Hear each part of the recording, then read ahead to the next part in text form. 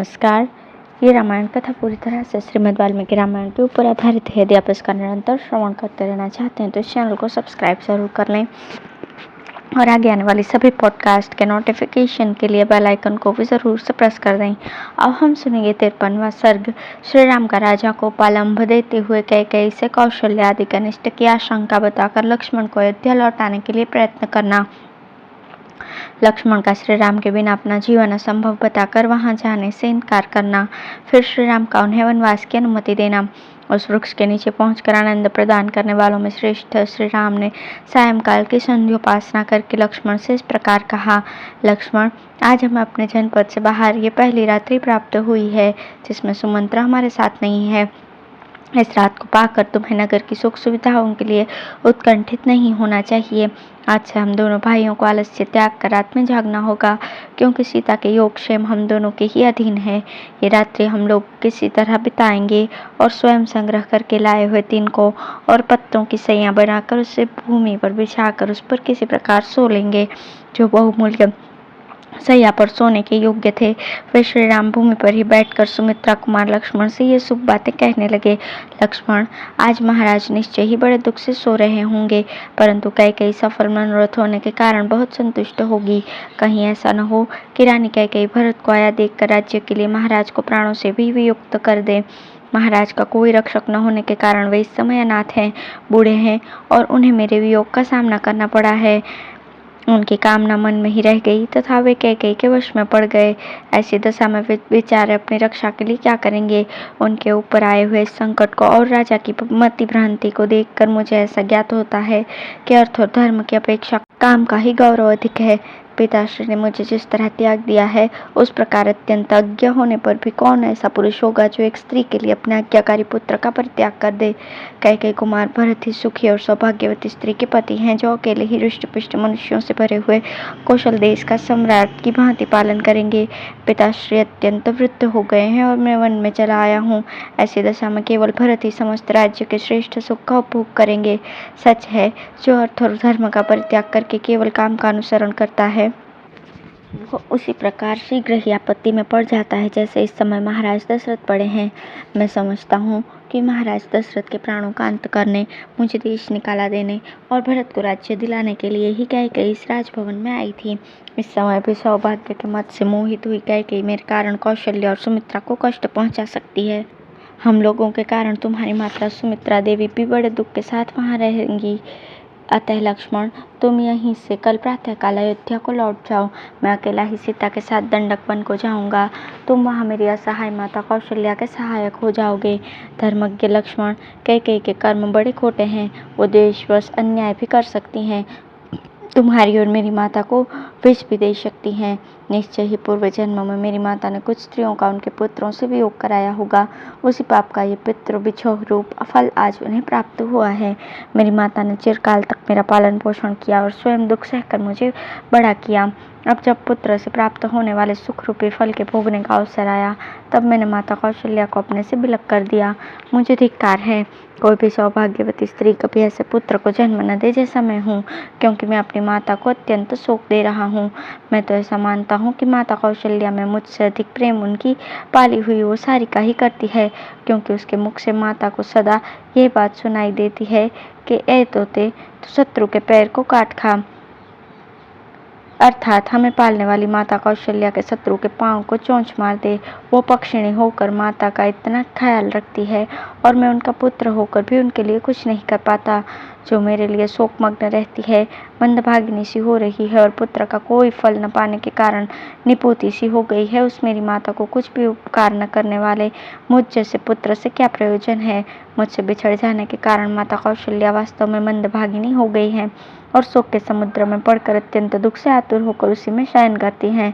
यदि मैं कुपित हो जाऊं तो अपने बाणों द्वारा अकेला ही अयोध्यापुरी तथा समस्त भूमंडल को निष्कंटक बनाकर अपने अधिकार में कर लूं, परंतु पारलौकिक हित साधन में बल पराक्रम कारण नहीं होता।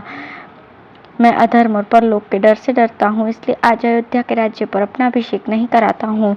यह तथा और भी बहुत सी बातें कहकर श्री राम ने उस निर्जन वन में करुणाजनक विलाप किया। तत्पश्चात वे उस रात्रि में चुपचाप बैठ गए। उस समय उनके मुख पर आंसुओं की धारा बह रही थी और दीनता छा रही थी। विलाप से निवृत्त होने पर श्री राम ज्वाला रहित अग्नि और वेग शून्य समुद्र के समान शांत प्रतीत होते थे। उस समय लक्ष्मण ने उन्हें आश्वासन देते हुए कहा, भ्राताश्री, आपके निकल आने से निश्चय ही आज अयोध्यापुरी चंद्रहीन रात्रि के समान निस्तेज हो गई। आप जो इस प्रकार संतप्त हो रहे हैं, यह आपके लिए कदापि उचित नहीं। आप ऐसा करके सीता को और मुझको भी खेद में डाल रहे हैं। आपके बिना सीता और मैं दोनों 2 घड़ी भी जीवित नहीं रह सकते। ठीक उसी प्रकार जैसे जल से निकाले हुए मत्स्य नहीं जीते, आपके बिना आज मैं न तो पिता को, न भाई शत्रुघ्न को, न माता सुमित्रा को और न स्वर्गलोक को देखना चाहता हूँ। तदंतर वहां बैठे हुए धर्मवत्सल सीता और श्री राम ने थोड़ी ही दूर पर वट वृक्ष के नीचे लक्ष्मण द्वारा सुंदर ढंग से निर्मित हुई सैया देखकर उसी का आश्रय लिया।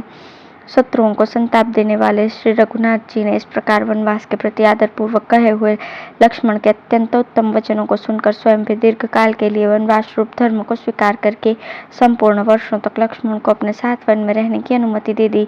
तदंतर उस महान निर्जन वन में रघुवंश की वृद्धि करने वाले वे दोनों महाबली वीर पर्वत शिखर पर विचरने वाले 2 सिंहों के समान कभी भय और उद्वेग को नहीं प्राप्त हुए। अब है लक्ष्मण और सीता सहित श्री राम का प्रयाग में गंगा यमुना संगम के समीप भरद्वाज आश्रम में जाना, मुनि के द्वारा उनका अतिथि सत्कार, उन्हें चित्रकूट पर्वत पर ठहरने का आदेश तथा चित्रकूट की महत्ता एवं शोभा का वर्णन। उस महान वृक्ष के नीचे वो सुंदर रात्रि व्यतीत करके वे सब लोग निर्मल सूर्योदय काल में उस स्थान से आगे को प्रस्थित हुए जहाँ भागीरथी गंगा से यमुना मिलती हैं। उस स्थान पर जाने के लिए वे महान वन के भीतर से होकर यात्रा करने लगे। वे तीनों यशस्वी यात्री मार्ग में जहाँ तहाँ जो पहले कभी देखने में नहीं आए थे, ऐसे अनेक प्रकार के भूभाग तथा मनोहर प्रदेश देखते हुए आगे बढ़ रहे थे। सुखपूर्वक आराम से उठते बैठते यात्रा करते हुए उन तीनों ने फूलों से सुशोभित भांति भांति के वृक्षों का दर्शन किया। इस प्रकार जब दिन प्रायः समाप्त हो चला, तब श्री राम ने लक्ष्मण से कहा, लक्ष्मण, वह देखो, प्रयाग के पास भगवान अग्निदेव की ध्वजारूप उत्तम धूम उठ रही है। ज्ञात होता है मुनिवर भारद्वाज यही है। निश्चय ही हम लोग गंगा यमुना के संगम के पास आ पहुंचे हैं, क्योंकि 2 नदियों के जलों के परस्पर टकराने से जो शब्द प्रकट होता है वो सुनाई दे रहा है। वन में उत्पन्न हुए फल मूल और काष्ठ आदि से जीविका चलाने वाले लोगों ने जो लकड़ियां काटी है वे दिखाई देती हैं, तथा जिनकी लकड़ियां काटी गई हैं वे नाना प्रकार के वृक्ष भी आश्रम के समीप दृष्टिगोचर हो रहे हैं। इस प्रकार बातचीत करते हुए वे दोनों धनुर्धर वीर श्री राम और लक्ष्मण सूर्यास्त होते होते गंगा यमुना के संगम के समीप मुनिवर भारद्वाज के आश्रम पर जा पहुंचे। श्री रामचंद्र जी आश्रम की सीमा में पहुंचकर अपने धनुर्धर वेश के द्वारा वहां के पशु पक्षियों को डराते हुए 2 ही घड़ी में तय करने योग्य मार्ग से चलकर भारद्वाज मुनि के समीप जा पहुंचे। आश्रम में पहुंचकर महर्षि के दर्शन की इच्छा वाले सीता सहित वे दोनों वीर कुछ दूरी पर ही खड़े हो गए। पर्णशाला में प्रवेश करके उन्होंने तपस्या के प्रभाव से तीनों कालों की सारी बातें देखने की दिव्य दृष्टि प्राप्त कर लेने वाले एकाग्रचित्त तथा तीक्ष्ण व्रतधारी महात्मा भरद्वाज ऋषि का दर्शन किया, जो अग्निहोत्र करके शिष्यों से घिरे हुए आसन पर विराजमान थे। महर्षि को देखते ही लक्ष्मण और सीता सहित महाभाग श्री राम ने हाथ जोड़कर उनके चरणों में प्रणाम किया। तत्पश्चात लक्ष्मण ने बड़े भाई श्री रघुनाथ जी ने उनसे इस प्रकार अपना परिचय दिया, भगवान, हम दोनों राजा दशरथ के पुत्र हैं। मेरा नाम राम और इनका लक्ष्मण है, तथा ये विदेहराज जनक की पुत्री और मेरी कल्याणमयी पत्नी सती साध्वी सीता है, जो निर्जन तपोवन में भी मेरा साथ देने के लिए आई है। पिता की आज्ञा से मुझे वन की ओर आते देखकर ये मेरे प्रिय अनुज भाई सुमित्रा कुमार लक्ष्मण भी वन में ही रहने का व्रत लेकर मेरे पीछे पीछे चले आए हैं। इस प्रकार पिता की आज्ञा से हम तीनों तपोवन में जाएंगे और वहाँ फल मूल का आहार करते हुए धर्म का ही आचरण करेंगे। परम बुद्धिमान राजकुमार श्री राम का ये वचन सुनकर धर्मात्मा भरद्वाज मुनि ने उनके लिए आतिथ्य सत्कार के रूप में एक गौ तथा अर्घ्य जल समर्पित किए। उन तपस्वी महात्मा ने उन सबको नाना प्रकार के अन्न रस और जंगली फल मूल प्रदान किए। साथ ही उनके ठहरने के लिए स्थान की भी व्यवस्था की। महर्षि के चारों ओर मृग पक्षी और ऋषि मुनि बैठे थे और उनके बीच में वे विराजमान थे। उन्होंने अपने आश्रम पर अतिथि रूप में पधारे हुए श्री राम का स्वागत पूर्वक सत्कार किया। उनके उस सत्कार को ग्रहण करके श्री रामचंद्र जी जब आसन पर विराजमान हुए, तब भरद्वाज जी ने उनसे ये धर्मयुक्त वचन कहा, काकुष्ठ कुलभूषण, मैं इस आश्रम पर दीर्घकाल से तुम्हारे शुभागमन की प्रतीक्षा कर रहा हूँ। मैंने यह भी सुना है कि तुम्हें अकारण ही वनवास दे दिया गया है। गंगा और यमुना इन दोनों महानदियों के संगम के पास का यह स्थान बड़ा ही पवित्र और एकांत है। यहाँ की प्राकृतिक छटा भी मनोरम है, अतः तुम यही सुखपूर्वक निवास करो। भरद्वाज मुनि के ऐसा कहने पर समस्त प्राणियों के हित में तत्पर रहने वाले रघुकुल नंदन श्री राम ने इन शुभ वचनों के द्वारा उन्हें उत्तर दिया। भगवान, मेरे नगर और जनपद के लोग यहाँ से बहुत निकट पड़ते हैं, अतः मैं समझता हूँ कि यहाँ मुझसे मिलना सुगम समझकर लोग इस आश्रम पर मुझे और सीता को देखने के लिए प्रायः आते जाते रहेंगे। इस कारण यहाँ निवास करना मुझे उचित जान नहीं पड़ता। किसी एकांत प्रदेश में आश्रम के योग्य उत्तम स्थान देखिए, जहाँ सुख भोगने के योग्य विदेह कुमारी जानकी प्रसन्नता पूर्वक रह सकें। श्री रामचंद्र जी का यह शुभ वचन सुनकर महामुनि भरद्वाज जी ने उनके उक्त उद्देश्य की सिद्धि का बोध कराने वाली बात कही। यहाँ से 10 कोस की दूरी पर एक सुंदर और महर्षियों द्वारा सेवित परम पवित्र पर्वत है, जिस पर तुम्हें निवास करना होगा। उस पर बहुत से लंगूर विचरते रहते हैं, वहाँ वानर और रीछ भी निवास करते हैं। वो पर्वत चित्रकूट नाम से विख्यात है और गंधमादन के समान मनोहर है। जब मनुष्य चित्रकूट के शिखरों का दर्शन कर लेता है, तब कल्याणकारी पुण्य कर्मों का फल पा लेता है और कभी पाप में मन नहीं लगाता। वहाँ बहुत से ऋषि, जिनके सर के बाल वृद्धावस्था के कारण खोपड़ी की भांति सफ़ेद हो गए हैं, तपस्या द्वारा सैकड़ों वर्षों तक क्रीड़ा करके स्वर्गलोक को चले गए हैं। उसी पर्वत को मैं तुम्हारे लिए एकांतवास के योग्य और सुखद मानता हूँ। अथवा श्री राम, तुम वनवास के उद्देश्य से मेरे साथ इसी आश्रम पर रहो। ऐसा कहकर भरद्वाज जी ने पत्नी और भ्राता सहित प्रिय अतिथि श्री राम का हर्ष बढ़ाते हुए सब प्रकार की मनोवांछित वस्तुओं द्वारा उन सब का आतिथ्य सत्कार किया। प्रयाग में श्री रामचंद्र जी महर्षि के पास बैठकर विचित्र बातें करते रहे। इतने में ही पुण्यमयी रात्रि का आगमन हुआ। वे सुख भोगने योग्य होने पर भी परिश्रम से बहुत थक गए थे, इसलिए भरद्वाज मुनि के उस मनोहर आश्रम में श्री राम ने लक्ष्मण और सीता के साथ सुखपूर्वक वो रात्रि व्यतीत की। तदंतर जब रात्रि बीती और प्रातःकाल हुआ, तब पुरुष सिंह श्री राम प्रज्वलित तेज वाले भरद्वाज मुनि के पास गए और बोले, भगवान, आप स्वभावतः सत्य बोलने वाले हैं।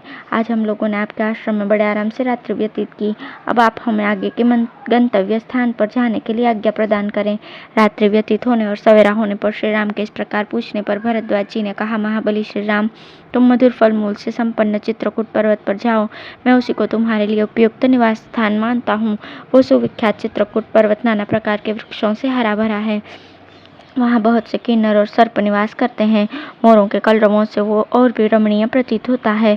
बहुत से गजराज उस पर्वत का सेवन करते हैं। तुम वहीं चले जाओ। वो पर्वत परम पवित्र, रमणीय तथा बहुसंख्यक फल मूलों से संपन्न है। वहाँ झुंड के झुंड हाथी और हिरण वन के भीतर विचरते रहते हैं। तुम उन सबको प्रत्यक्ष देखोगे। मंदाकिनी नदी, अनेकानेक जल स्रोत, पर्वत शिखर, गुफा, कंदरा और झरने भी तुम्हारे देखने में आएंगे।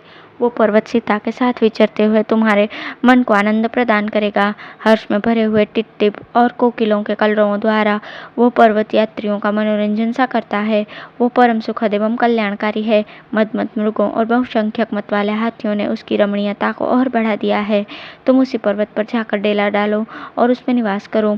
इस प्रकार श्री वाल्मीकि निर्मित रामायण आदि काव्य के अयोध्या कांड में 54वां सर्ग पूर्ण हुआ। धन्यवाद।